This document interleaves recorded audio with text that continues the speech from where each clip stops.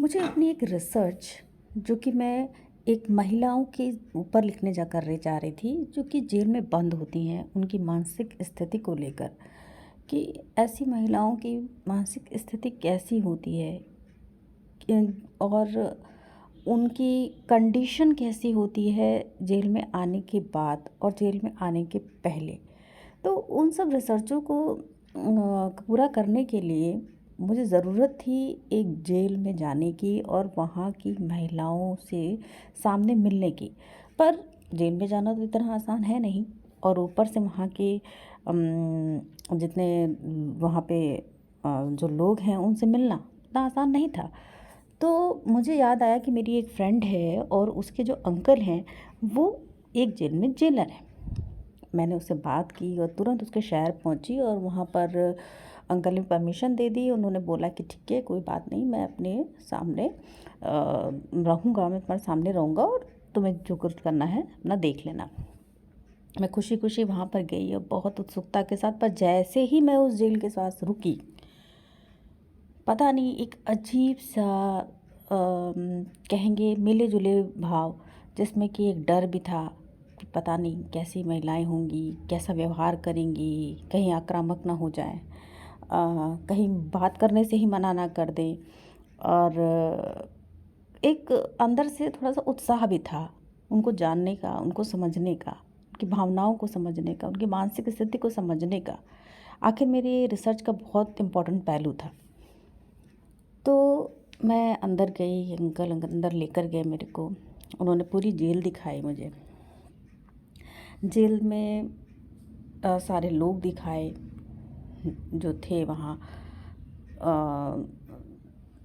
सबसे मिलवाया, मुलजिम जितने थी वहाँ पर सब काम में अपने अपने कामों में लगी हुई थी। कुछ खाना उनको रसोइयों में लगाया गया था, सफाई में लगी हुई थी, कुछ कपड़े धोने को उस पर लगी थी।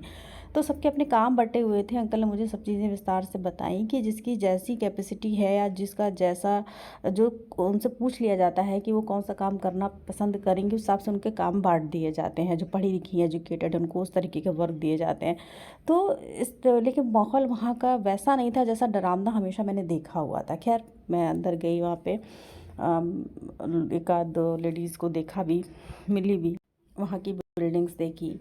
फिर तभी अचानक मेरी निगाह उस जेल के एक सेल पर पड़ी, जिसमें कि एक लेडी सर नीचे करके बैठी हुई थी। उसी के जस्ट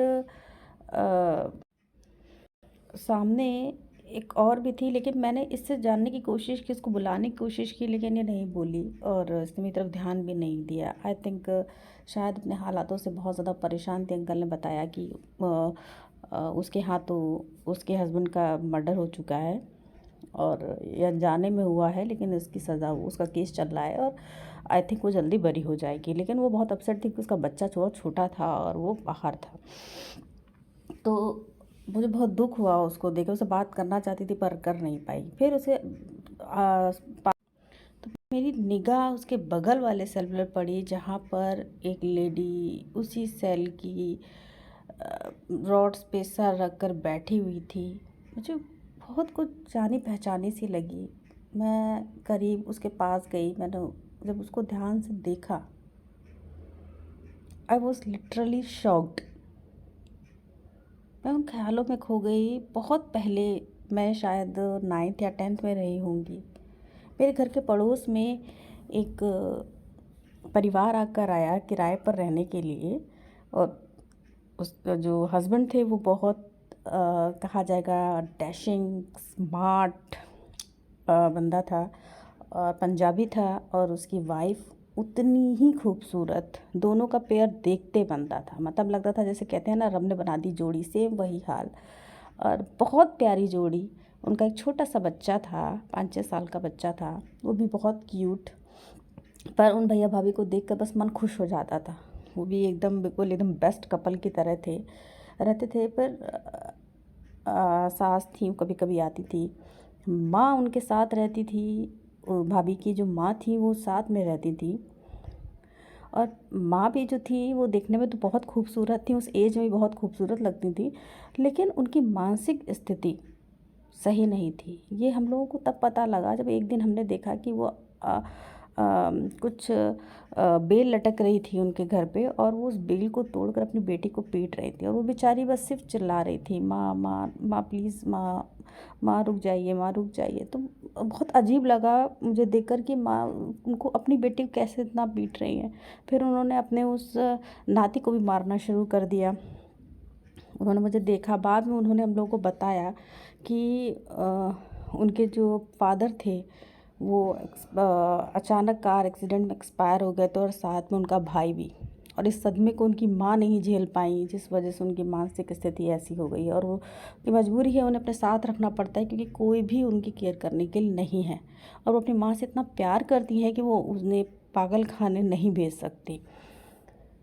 मुझे बहुत दुख हुआ उनको देखकर, क्योंकि आंटी इतनी खूबसूरत थी और इतनी एजुकेटेड थी। वो मुझे उम्मीद नहीं थी कि वो उनकी मानसिक स्थिति इतनी ख़राब रही होगी। अगर वो हादसा हमारे सामने नहीं होता तो शायद कभी पता ही नहीं लगता कि मतलब उनकी स्थिति ऐसी है। खैर, कुछ टाइम बाद उनकी सास भी आ गई, और सास थोड़ी सी तेज़ थी, पर फिर भी अपनी बहू को बहुत प्यार करती थी, और बहुत ख्याल रखती थी। लेकिन कहीं न कहीं खटकता है मायके वालों का साथ में रहना, तो शायद उनको भी खटकता होगा, वो शो नहीं करती थी, लेकिन था ऐसा, कभी-कभी ऐसा फ़ील हो जाता था। लेकिन वो भाभी का बहुत ध्यान रखती थी, घर बहुत अच्छे से चल रहा था। एक दिन बहुत फिर एक दिन अचानक से उनका ट्रांसफ़र हुआ भैया का, और वो लोग वहाँ से चले गए। भाभी और मेरी बॉन्डिंग बहुत अच्छी थी, क्योंकि कोई और था नहीं, तो भाभी एक समय से बात किया करती थी, एक बच्चे के तरीके बहुत प्यार से ट्रीट करती थी। पर आज अचानक उनको इस जगह पर देखकर मेरे पैरों के तले ज़मीन निकल गई कि ये यहाँ कैसे। एकदम से मेरे मुँह से निकला, भाभी। वो नहीं बोली। मैंने फिर बोला, भाभी। वो फिर भी नहीं बोली। मैंने उनके हाथ पे हाथ रखा और उनसे बोला, भाभी आप यहाँ कैसे। वो एकदम से हड़बड़ा के उठी। उन्हें मुझे याद करने में शायद थोड़ा टाइम लग रहा था, क्योंकि मैं जब उनसे मिली थी तब काफ़ी छोटी थी, और इतने साल हो चुके थे। ऊपर से उनके साथ शायद इतना कुछ बीता था कि उन्हें कुछ याद नहीं था। फिर मैंने उनको याद दिला, उन्हें याद आया, ओह सोनम तुम। मैंने कहा, भाभी आप यहाँ कैसे, और ये सब क्या हो गया, आप यहाँ कैसे आ गई। वो फूट फूट कर रोने लगी। फिर उन्होंने मुझे अपनी पूरी कहानी सुनाई, और उसको सुनने के बाद सच में मेरे मन में उनके लिए इज़्ज़त और बढ़ गई। भाभी ने बताया कि जब वो भैया का ट्रांसफ़र हुआ और वो लोग वहाँ से हटकर देहरादून चले गए, और वहाँ पर जब सब लोग रह रहे थे तो अचानक उनकी माँ की एक दिन मानसिक स्थिति थोड़ी सी बिगड़ गई, और उन्होंने उनके जो नाती को पकड़कर मारना शुरू कर दिया। नाती वहाँ पे खेल रहा था, और उसके बाद कहीं वो प्रेस भाभी कर रही थी, और प्रेस करते करते उसको वहीं छोड़कर चली गई थी। तो जो उनकी माँ थी वो अपने नाती को खेलते खेलते एकदम से उसे मारने लगी उसे, और फिर एकदम से वो जो प्रेस जो बच्चा था वो भी अपनी नानी को उस खेल समझकर वो भी मारना शुरू हुआ। लेकिन उन्होंने क्या करा, एकदम से वहाँ जो प्रेस रखी हुई थी उसको उठाकर उसको पकड़ के जलाने की कोशिश करने लगी। तो जो सास थी वो भागती हुई आई, उन्होंने देख लिया, और उन्होंने वो प्रेस किसी तरीके उनके हाथ से छीनी रखी, और फिर उसके बाद उन्होंने उसको छुड़ाने की कोशिश की नाती को, पर वो छोड़ने को तैयार नहीं थी। उसको छोड़ा तो उन्होंने क्या करा, उनकी सास के बाल पकड़कर कस के नोचना शुरू कर दिया। चीख पुकार सुनकर भाभी भागती हुई आई। भाभी ने जब देखा तो जो उनकी माँ थी वो अपनी उनकी सास के बालों को कस के पकड़ी हुई थी। बहुत कोशिश की छुड़ाने की, लेकिन वो छोड़ने को तैयार ही नहीं थी, और अचानक उन्होंने उसकी सास को इतनी तेज़ी से धक्का दिया कि वहाँ जो रखी टेबल थी उससे जाकर उनका सर टकरा गया। अब जब सर टकराया तो वो बहुत तेज़ गुस्से में आ गई। लेकिन और गुस्से में आने के बाद वो एकदम से खड़ी हुई और उन्होंने उनकी माँ को और तेज़ी से धक्का मारा। जब माँ को धक्का मारा तो माँ पीछे जाकर गिरी और कहीं उनका सोफ़े का कोई कोना उनके सर पे पीछे लगा जाकर, जिससे ऑन स्पॉट उनकी वहीं डेथ हो गई। भाभी कहते कहते फूट फूट कर रोना शुरू हो गई। उन्होंने बोला कि बेटा मैंने बहुत कोशिश की हालात को संभालने की, सबको साथ लेकर चलने की, पर मैं नहीं कर पाई। इतनी देर में तुम्हारे भैया आ गए।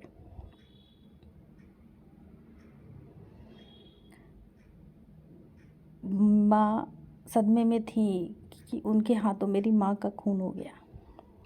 मैं सदमे में थी, मुझे समझ ही नहीं आ रहा था।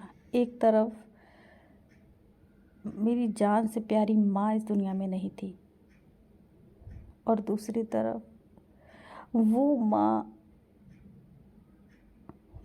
माँ मुस्लिम बनकर खड़ी हो गई थी। मेरी माँ की हत्यारन बनकर खड़ी हो गई थी, जिन्होंने हमेशा मुझे सपोर्ट किया, मुझे प्यार दिया, मुझे माँ की कमी नहीं महसूस होने दी। मुझे समझ ही नहीं आ रहा था उन हालात में मैं क्या करूँ। एक माँ को तो खो चुकी थी, दूसरी माँ को कैसे खोने देती। इसलिए सारा इल्ज़ाम मैंने खुद पर ले लिया और आज मैं यहाँ हूँ।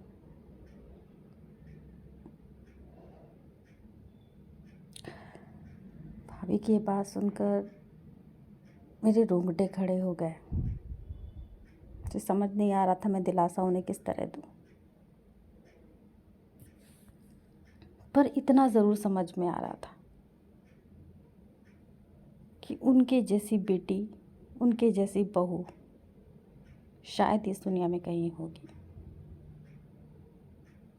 मेरा मन उन्हें बार बार सलाम कर रहा था। मैंने उन्हें हौसला दिया और उम्मीद जगाई कि वो बहुत जल्द वहाँ से बाहर होंगी। फिर दुखी कदमों से मैं उस जेल से बाहर आ गई। तो गाइस, ये थी एक काल्पनिक स्टोरी आपके मनोरंजन के लिए। आई होप आपको ये पसंद ज़रूर आई होगी। तो मेरी नई स्टोरी के लिए जल्द तैयार रहिए और अगर आपको वाकई ये पसंद आई है तो इसे लाइक और मेरे चैनल को सब्सक्राइब करना बिल्कुल ना भूलें। तो अपनी नई स्टोरी के साथ मैं बहुत जल्द आपसे मिलूँगी। तब तक के लिए bye bye and take care.